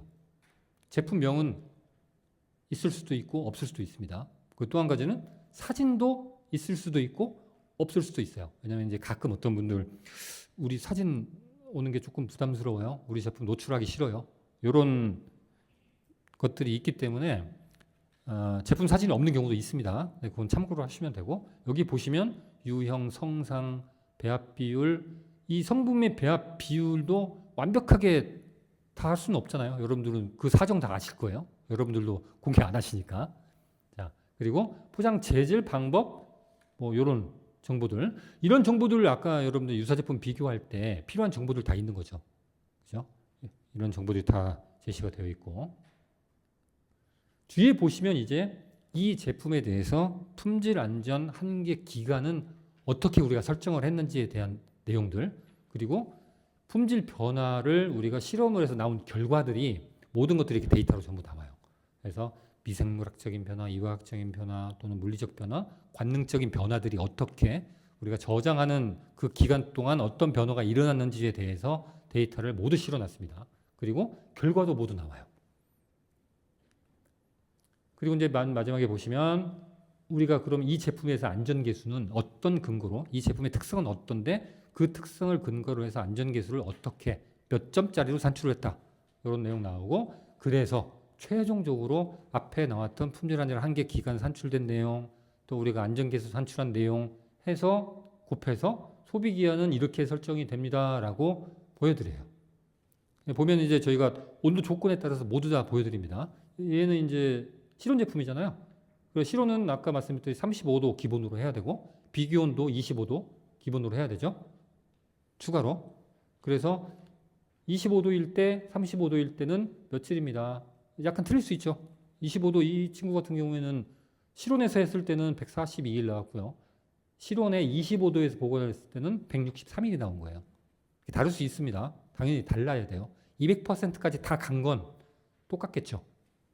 근데 이제 서로 중간에 175% 정도로 한계 기준이 나온 한계 기간이 나온 애들은 좀 다를 수 있죠.